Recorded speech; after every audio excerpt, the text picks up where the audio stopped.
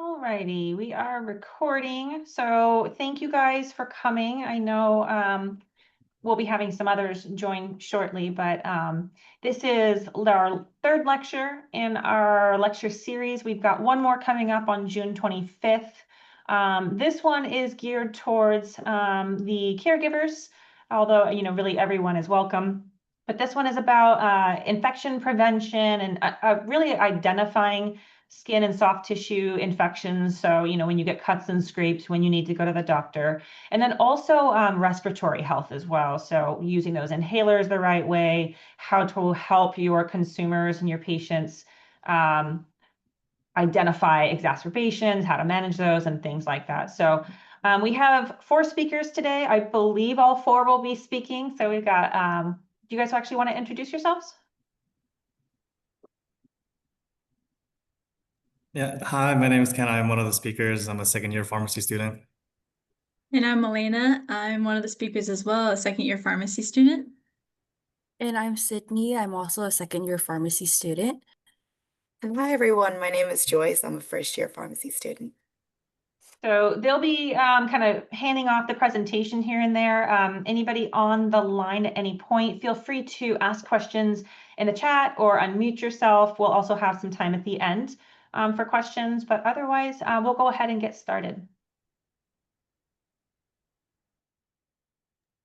So like what Dr. Ranson mentioned earlier, we're first going to be going over some common and yet serious skin soft tissue infections, and then go into some fungal infections that can be self-treated, how to differentiate the both of them, and some asthma COPD management, as well as some respiratory illness, some preventatives for as well. So first into the skin soft tissue infections.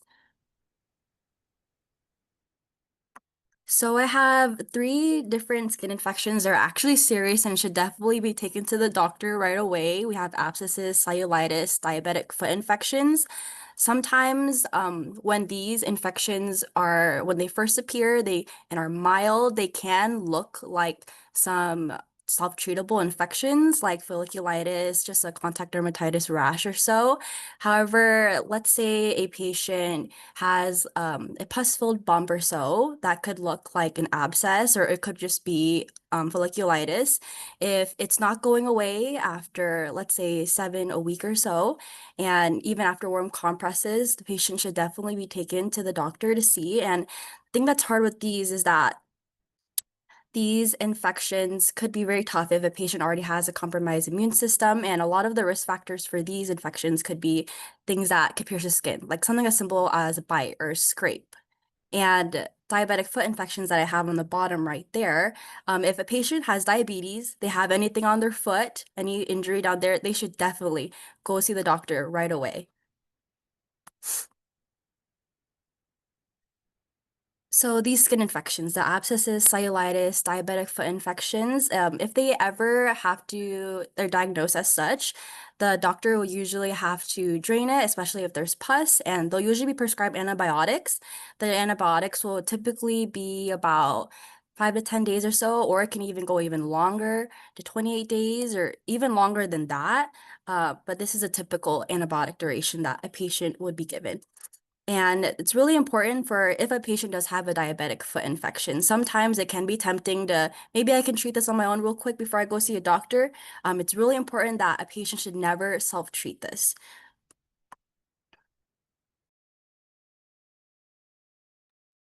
In regards to the skin soft tissue infections, what's really important is just in general cleaning the feet daily, keeping them dry, like drying them thoroughly after cleaning them, as well as keeping them moisturized. It's really important to keep the skin for patients moisturized, because if the patient's skin gets really dry, they can crack and even cause a wound. And it's also important to not share items such as razors, towels, or socks. And if a patient does have recurrent infections, a patient may be prescribed preventative antibiotics. And also, you should advise your patients to tell you if they have a bump or sore or experience any redness as well. In regards to the diabetic foot infections that we had mentioned earlier. I know some of you guys may have seen this photo many times, but if a patient does have diabetes, they can actually look into getting diabetic shoes that could probably be covered by insurance, and these shoes will help keep pressure off certain area points. And then what's really important for these patients as well is that if they have trouble cutting their nails, and they need like assistance with it, they could also possibly see a podiatrist to get their nails clipped, and it could also be covered as well by insurance.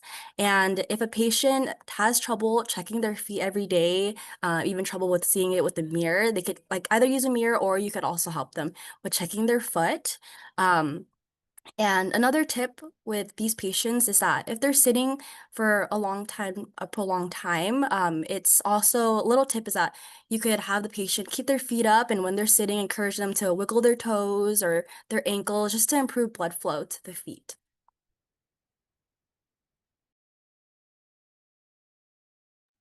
And going into the topic of fungal infections, so these are infections that are caused by a fungi called dermatophytes. They can affect the skin, the hair, or your nails, and they break down the outer layer of your skin, which is like a protective protein that your body normally has.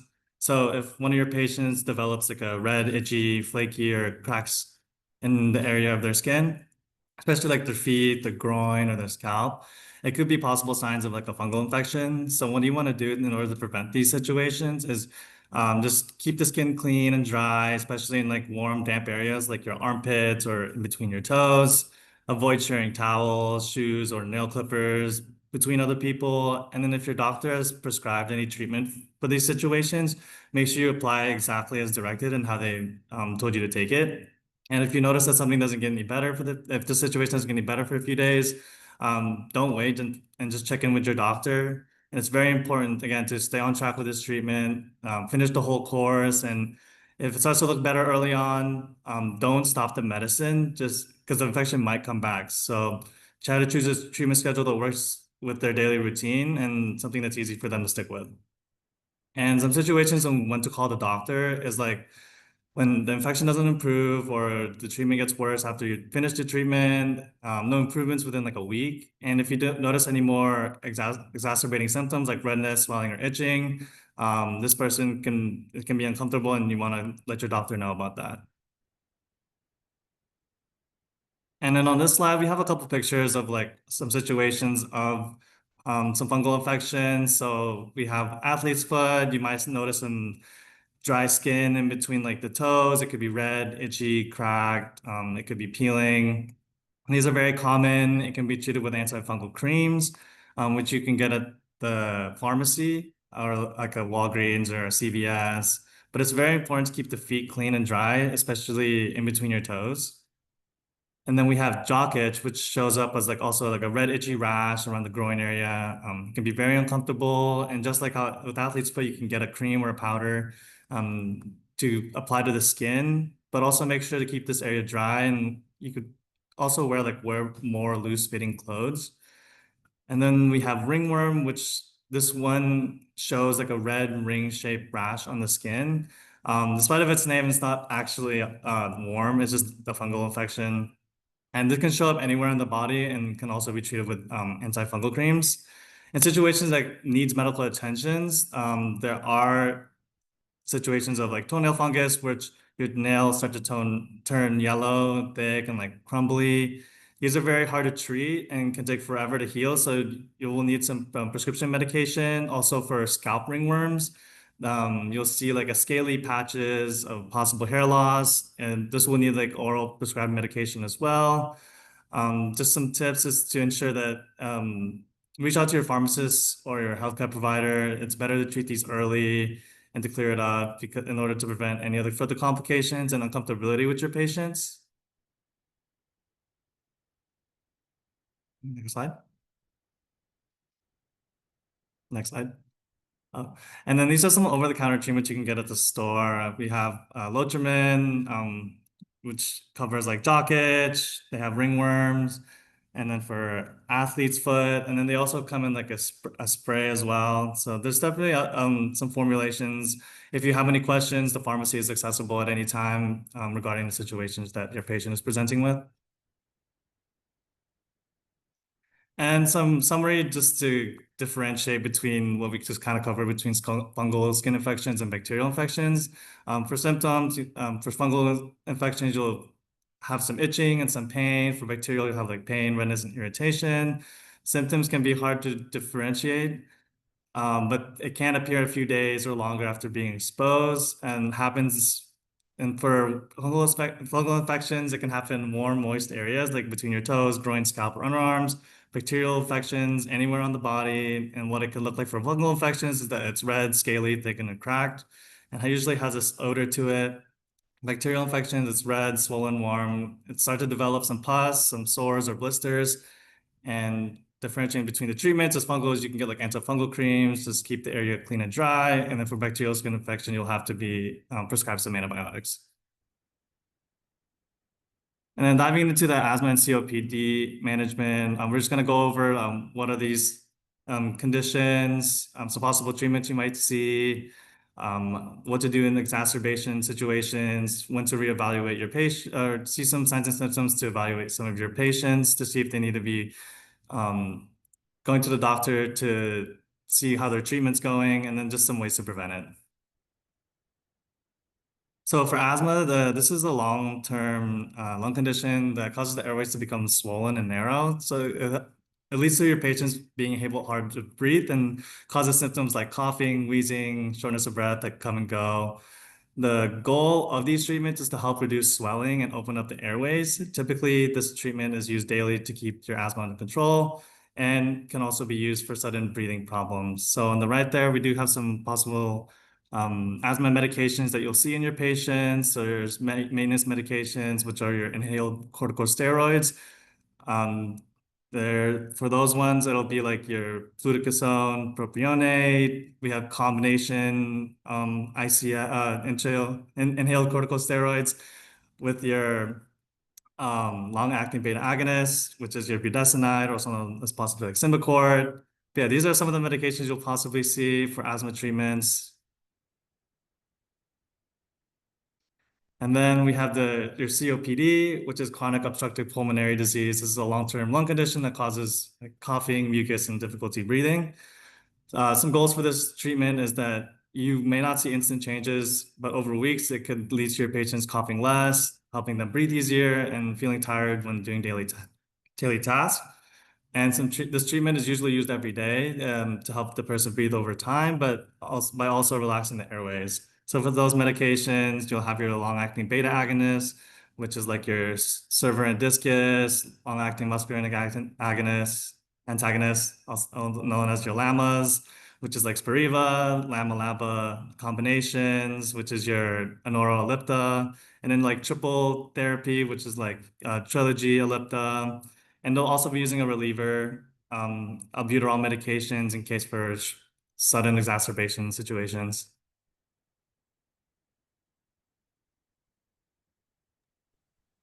Perfect. So, as Ken mentioned, the different types of inhalers to kind of expect.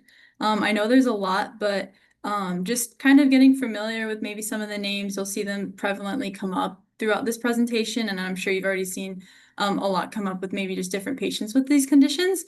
And so on this slide, I'm just going to kind of touch upon some of the techniques for each of these different types of inhalers. So on this slide, we organized it by just these three different types. So we have the metered-dosed inhaler. Typically, you might hear the term MDI. And so you'll have this inhaler here. And then we also have the dry powdered inhaler, which I'll go over, a DPI, and then a Respimat inhaler. So each of these three different inhalers will deliver the drug a little bit differently for the patient when they're inhaling it. And so there's just a few different pointers to look out for. And I'm not going to go through this whole list and just name every single point, but just kind of highlight some important parts of each one to try to just remember. So for those MDIs, typically this is how the like rescue inhaler or that one that has albuterol in it will be used for the patient. And so there will be a cap. It will be important to take that off. Something to be important to know for this type of inhaler is just knowing that you will have to prime it if it's brand new. Priming is just going to be shaking it And then also spraying it to make sure the medication's actually coming out of it. So this will be very important if a patient ever does get a new inhaler, in order to make sure they get the full dose of the inhaler when they actually utilize it. And another thing for this one is, along with all of them, as you see that we've bolded and changed the font to red, is that each one will involve a different breathing technique for the drug delivery to be optimal. And so for the metered dosed inhaler, you're going to want to breathe in slowly and deeply for the medication, and then hold that for 10 seconds. We always say for patients to hold it in order for the drug to be ensured to deliver to the lungs. Sometimes if you don't hold it, it might just not reach all the way to your lungs, might only reach to your throat, etc. So it's important to emphasize that with any patients that do have this inhaler. And then just recapping it and using it as needed. Another important part of this one is we call it to be an ICS containing inhaler. So that's the steroid component. So what this can lead to, as others have mentioned, is sort of oral thrush if it's not rinsed after you use it. So that's another important point that we like to make to patients, of just making sure they rinse their mouth in order to avoid that thrush, like the fuzzy tongue that can actually appear as like a side effect from these inhalers. And then another one is just like the dry powdered inhaler. This one will include a steady and deep breath, and again, hold it for 10 seconds. Another thing for this one is it kind of looks like a pancake or hamburger, so you're going to want to click it. It has the actual, it says dry powder because it is dry powder, so it's important to do a steady and deep breath for this type. And then for the Respimat inhaler, we like to call the priming of it top. So you're going to twist it open, press 3 times until the mist is seen. And then for this one too, you're going to want to steadily and deeply inhale for actually inhaling the medication. And again, just holding it for those 10 seconds. And so just kind of remembering these 3 techniques, just any of the ones that we just kind of went over, and especially just the breathing points on this slide would be very important when just giving any sort of advice or directions to patients. And it's also noted on the patient's prescription as well from their actual, when they pick it up from any sort of pharmacy or anything like that, for just any further directions.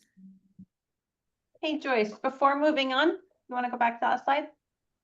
A couple extra things that she did mention, but I want to point out is for meter dosed inhalers, if you have someone that has difficulty with their hand-eye coordination, or they have a hard time, you notice that they will push down the actuator, they'll kind of activate it, but that they're not breathing at the right time or holding their breath as long as they should. If you notice that those issues are happening with a metered dose inhaler, that kind of standard L-shaped looking one, a spacer is really helpful for them.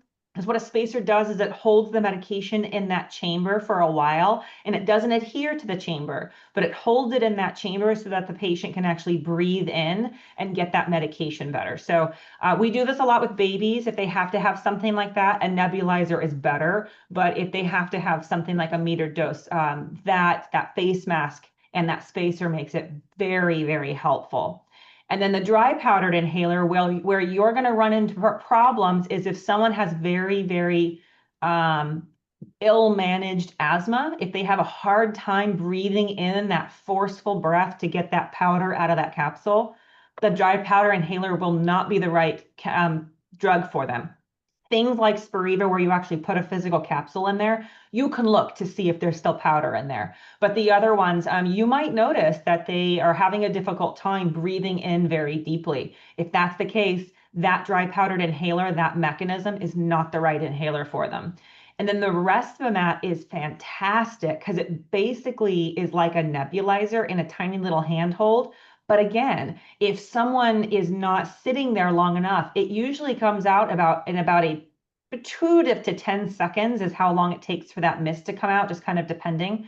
If you have someone who is not paying attention enough to breathe in during the time when the medication is coming, it's just getting in their mouth. So they're not getting it into their lungs, so it won't help them. So it's really important to pay attention to what Elena brought up, because if you notice they're not doing this, first thing you do is re-educate. That's why in the pharmacy, that's the first thing we're going to do. Re-educate to make sure you know how to do it. But if you've got a consumer or someone, especially if they're elderly, their ability to do this changes. And so you may have to get them a spacer or change the type of inhaler. And that's something that the pharmacy won't be able to do without a prescription for that. But do make sure that you communicate with the pharmacy, because it's a very easy switch for us to communicate with the physician. But do make sure that you're paying attention to that, because we can't see what it actually looks like, kind of that boots on the ground. And then when Ken was talking about, I always laugh because it sounds like this old llama song that I knew in high school. But when he's talking about LAMA, LABA, ICS, all of those are different classifications of inhalers, like they mentioned. And the difference between why someone is on one of those agents versus 3 of those agents and all of that and how often they take it has to do with 2 things. It has to do with what you're treating. Sometimes it has to be a twice a day, but a lot of the time it has to do with management. If they have a really difficult time managing their asthma, COPD, you continue to step up the therapy. And hopefully it gets managed over time and you can de-escalate a little. But that's why sometimes you see people on 3. When you see them on the combo that it's got all 3 of those agents, understand that they are someone who has a more difficult COPD or asthma disease itself. So just make sure that they're getting it right, that you're paying attention. If they get a cold, they might go down harder. But those are kind of the extra points I wanted to point out for those 2 slides for that.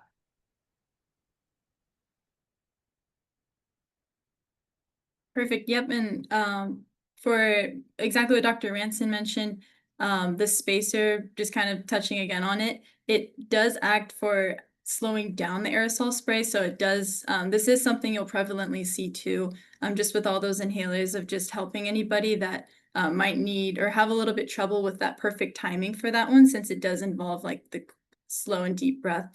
And so that was just another important thing to note from the slide too.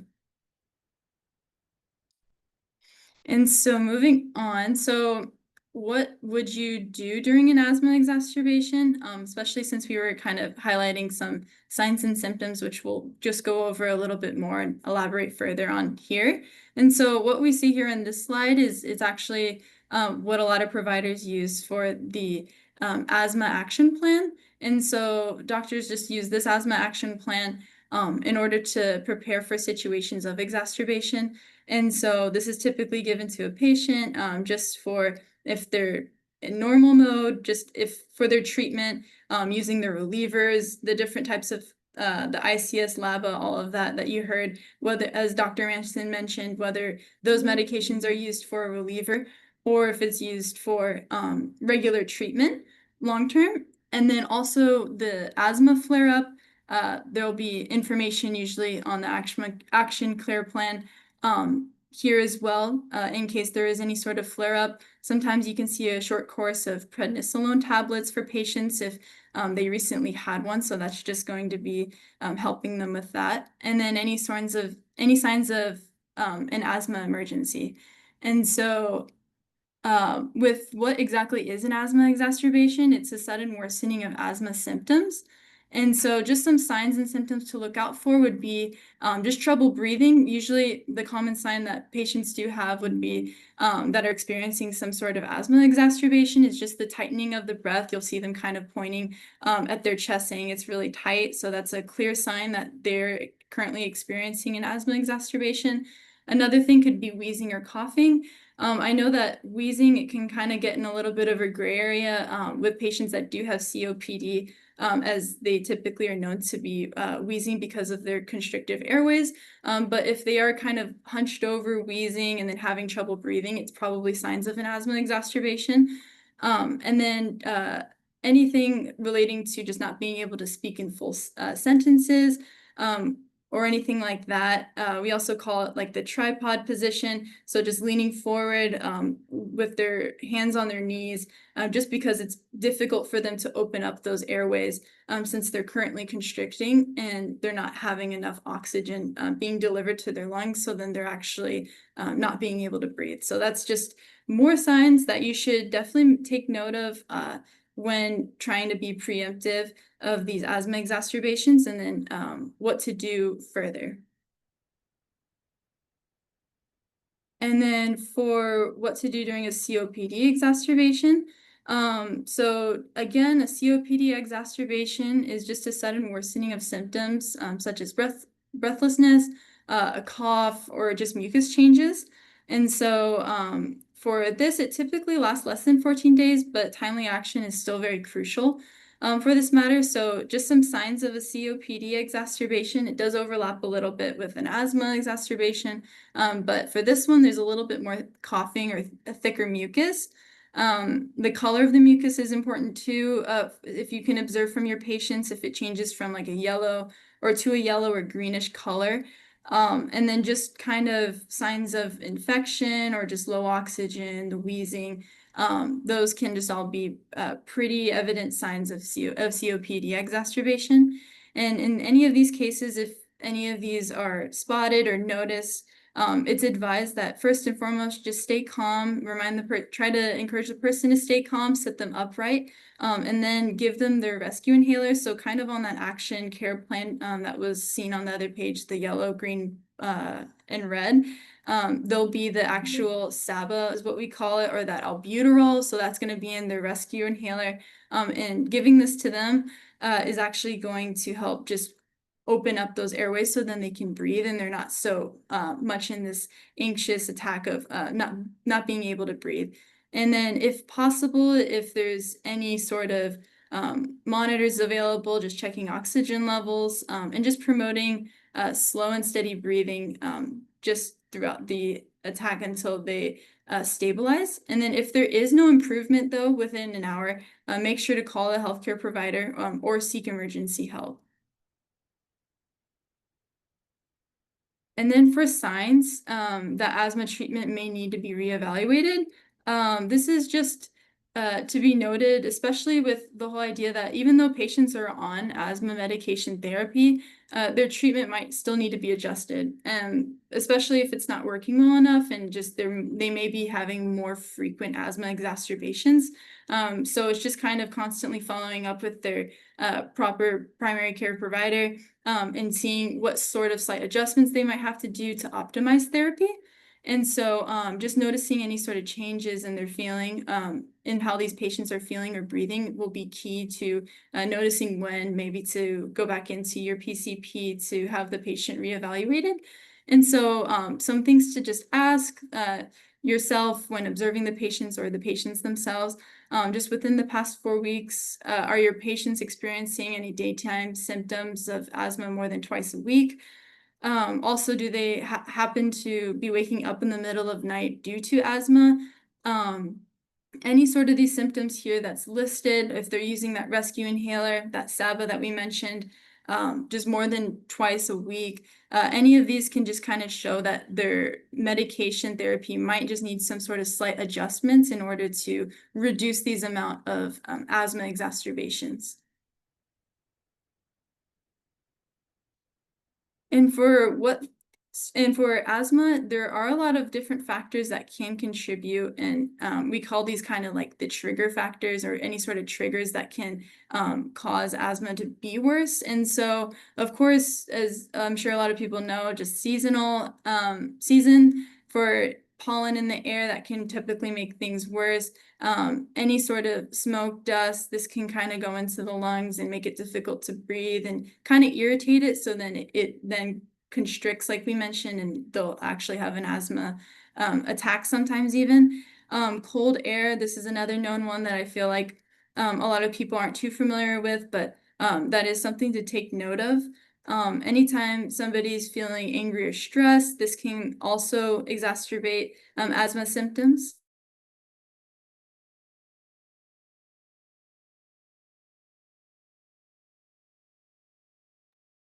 Did Elena just get kicked out?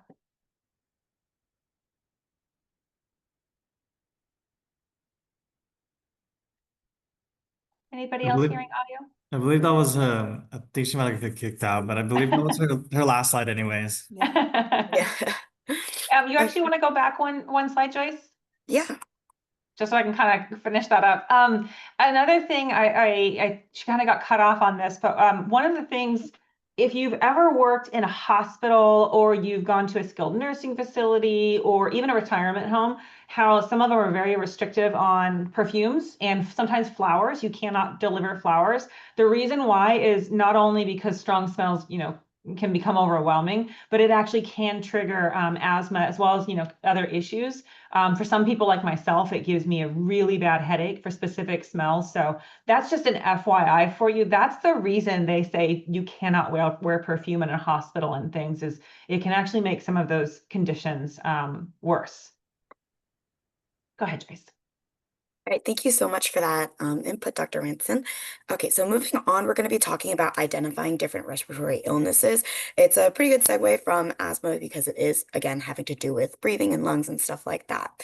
So 3 of the more common ones that we see a lot are the flu, pneumonia, and more recently, COVID. So the flu, basically, let's just go through each of them and just talk about things that kind of help identify what is what. So flu is actually going to be a viral, it's when you have like the influenza virus, someone's infected with that.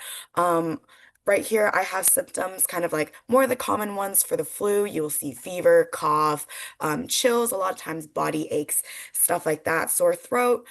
Pneumonia, on the other hand, though, is an infection of the lungs. So basically, this could be caused by either bacteria or just some other kinds of issues that end up making it difficult for our consumers to breathe. So again, kind of similarly to the flu, there is going to be fever and cough. Some kind of things that help differentiate it, though, is just that like there's a lot, for example, like shortness of breath, other things here. There's a list of symptoms, and you can kind of use this to help differentiate when a consumer has either the flu or pneumonia.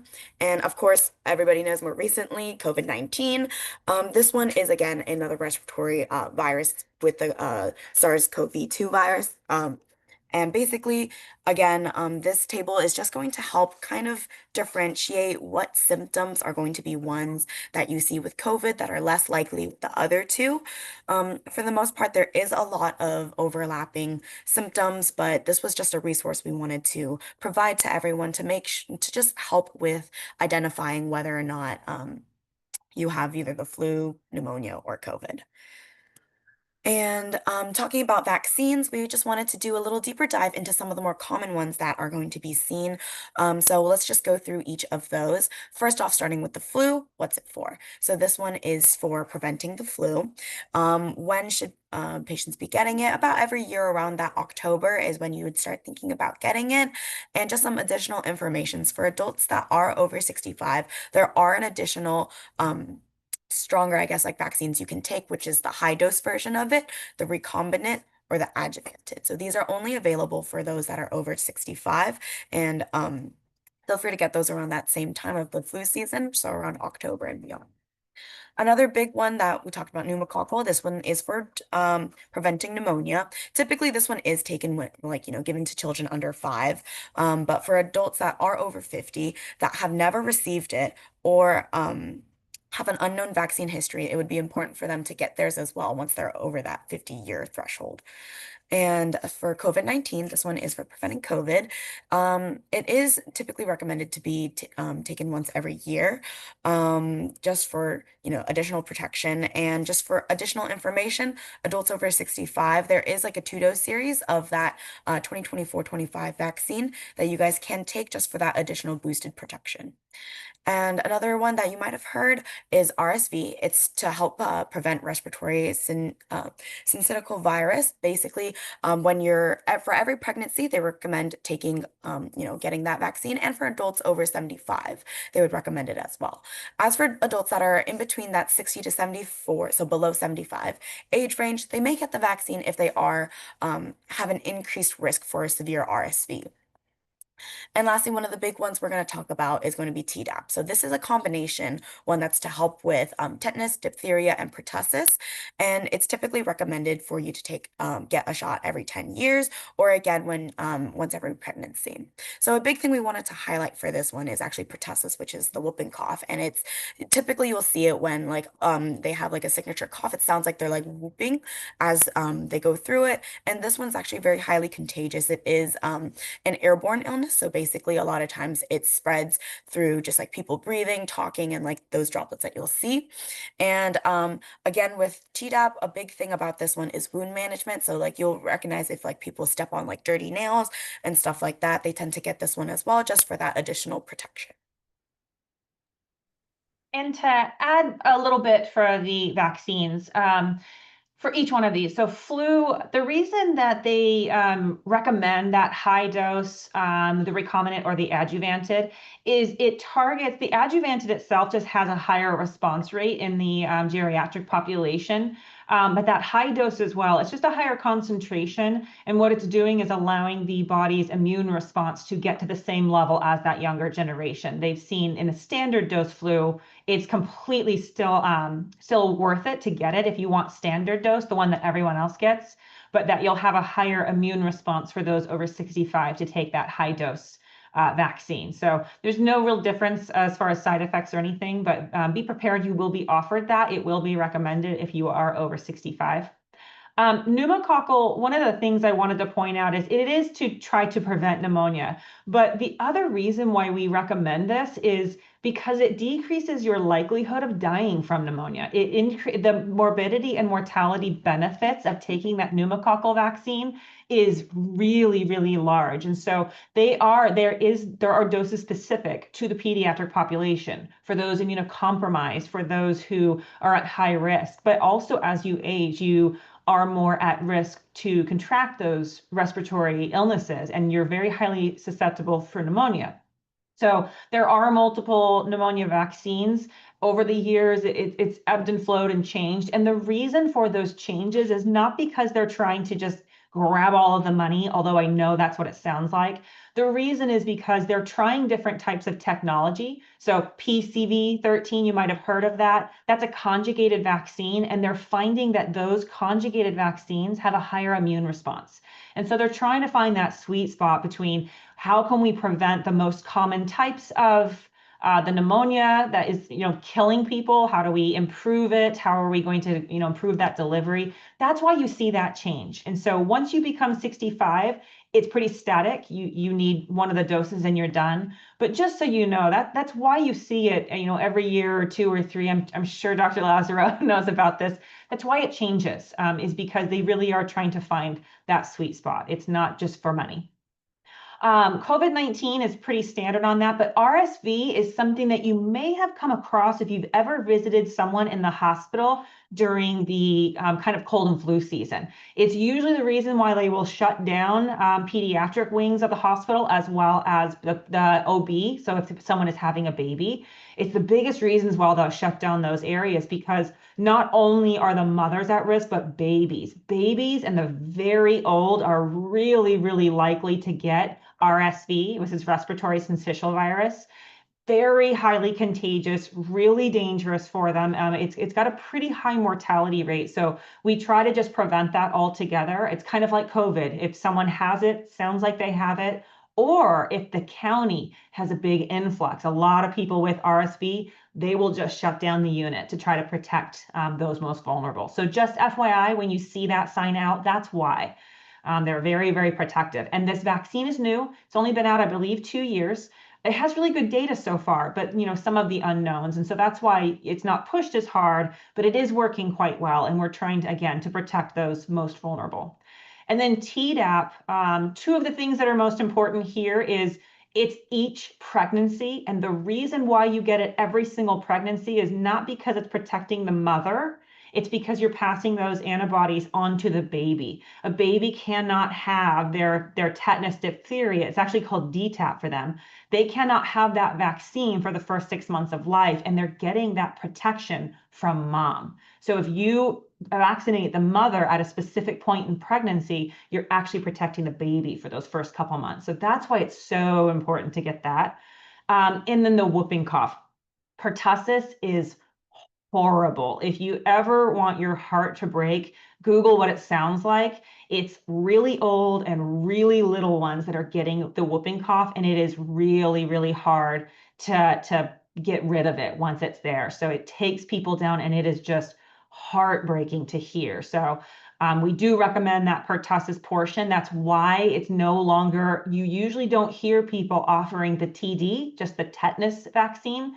Most of the time we're going to offer the Tdap because about 15 years ago, we had a resurgence of the whooping cough. And so we had to get back out there and vaccinate people. So you will notice that most of the time, every 10 years, we're going to give you a Tdap, and it's specifically to protect you from carrying it to the very young and the very old, and to protect those very vulnerable. And then just kind of as a fun fact, if you ever step on that rusty nail, they will give you that Tdap shot. Usually that'll be just the tetanus, but they'll give you that shot not only in the arm, but they'll actually give you the injections around the wound. Blew my mind when I first saw it, but they will give it to you. They do that with rabies as well. There's a rabies vaccine, but they'll give it to you around the wound as well. Try to just make sure that they're protecting you. But I just wanted to add some additional stuff for those vaccines. So thanks, Joyce. Dr. Ranson and Joyce, if I may add, course. since we're on the topic of vaccines, I just also wanted to share. Some people will say that they had the vaccine, especially like I would usually hear this with a flu vaccine, but then they still got it. We need to remember that it takes 2 weeks before your body really develops those antibodies. So sometimes you may have had it like 3 days ago, a week ago, but all of a sudden you have the flu, but because your body hasn't really developed all the immune system, the antibodies that your body is supposed to build up around it. Also, some people may still have it even though they already had the full sustained immunity that their body is supposed to produce. But the main reason also, one of the main reasons that these vaccines are helpful is really also to prevent you from hospitalization and death. And so that's one of the good things about these vaccines is it lessens the chance of getting hospitalized and dying from these diseases that are really could be minimized if you just had the vaccine. So I just wanted to share that as well. Yeah, and thank you for that, because that's one of the biggest controversies people had with the COVID vaccine. One was because it was brand new, and I understand it's scary with new stuff. But one of the biggest issues a lot of people still have is that they got the vaccine and they still got COVID.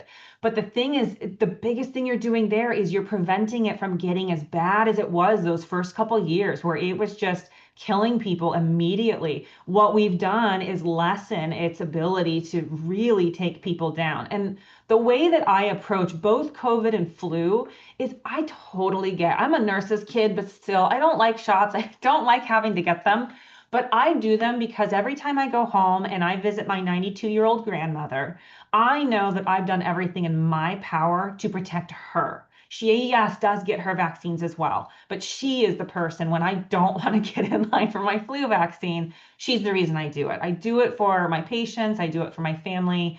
Because if she ever gets the flu or pneumonia or COVID, I want to know that I did everything in my power to prevent that from happening. So that's just something that I try to tell people to understand that you're not guaranteed that you're not going to get it.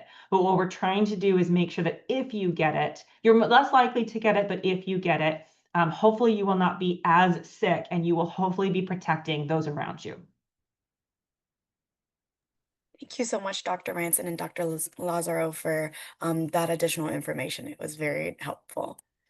And listed below here, we have our references for where we pulled all the information that we were sharing today. A couple extra notes that I wanted to add, because it came up when you guys were talking. One of the things, I think nurses are really good at identifying this, but I want you guys to understand a couple things. When Joyce brought up the chart, the flu versus pneumonia and COVID, those are fantastic. Another one that's on here that's important is the easiest way to identify the flu is those muscle aches. And that's usually what we use to differentiate between the flu and the cold. If you have a cold, that's a virus. Antibiotics won't do anything for it. And so if you've got a doctor that is giving the antibiotics for it, they are either addressing maybe they don't know if it's flu and a little bit of pneumonia or something else is going on, or they're just prescribing it because they don't know at that time. But please don't ever go into the doctors and to the pharmacy asking for antibiotics if you have a cold, because it doesn't do anything. All it does is decrease the ability of that drug to work later on when you actually have an infection that needs that antibiotic. The other thing I wanted to just point out too is, if you noticed, the exacerbation plan for asthma versus COPD was very different. And I think one of the things, they did mention it, but I wanted to highlight, is the difference between asthma and COPD is actually in the name of COPD. One is restrictive, one is obstructive. Asthma is restrictive. It is the actual area, the lungs itself being restricted. It's constricting for allergens. It's reacting to something. That's why your albuterol works so well, because what it's doing is making it open back up.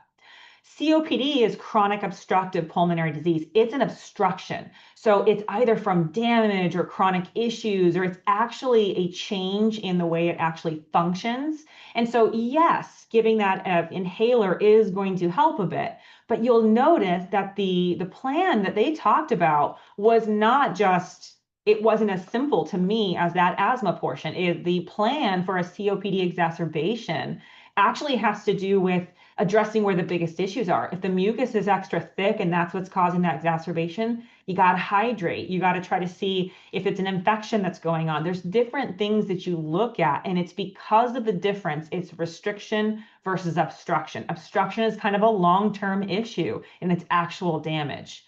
And so thank you for that. You'll notice that the exacerbation portion on here, what you do, includes what you do for asthma, but it is not the entire thing. And that, to me, is always what's helpful when I'm helping someone who's having an exacerbation, is understanding which one do they have. If they have both, start with that inhaler because it'll help both of them. But if the inhaler doesn't do enough to get them out of it and they have COPD, check this next portion for that exacerbation portion. Dr. Lazara, do you have anything last minute to add? Nope, I don't have any. Thank you. Well, I guess for the since we discussed the cellulitis, all those other infections, I just wanted to add also that one of the biggest reason that we try to make sure we want to address those immediately is because if they get worse, that infection will not just stay in the skin, but it will go systemic into your whole body, into your blood. And that's really what causes patients to get hospitalized, is when those infections spread throughout their blood. So that's why we want to make sure we prevent them and address them early on so they don't get worse. Because eventually, if they get worse, it could entail or you make someone have to go to the hospital and be admitted.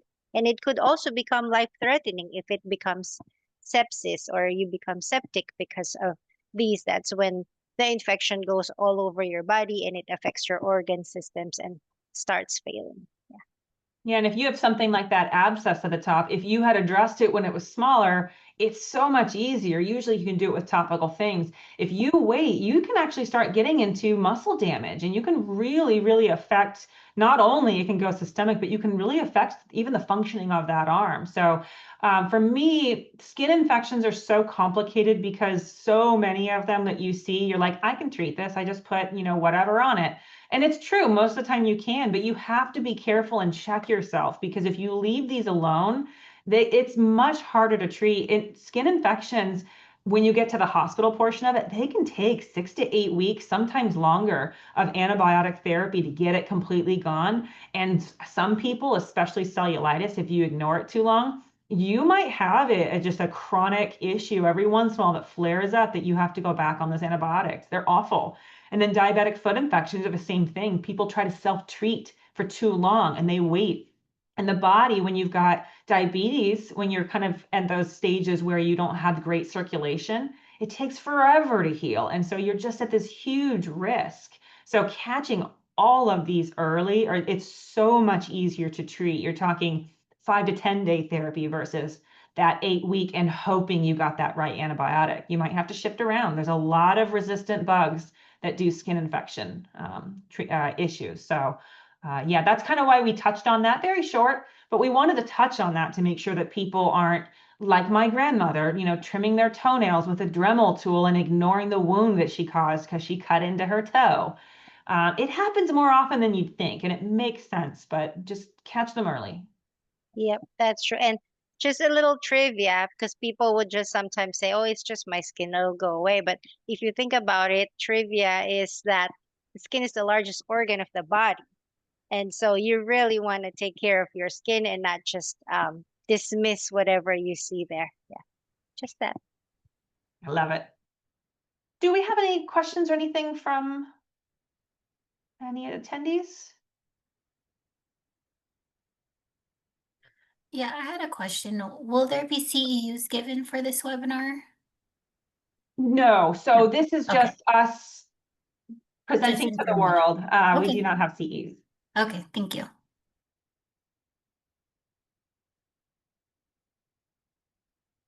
All right, well, if anybody has any questions, feel free to stick around. Otherwise, I'm going to go ahead and stop the recording.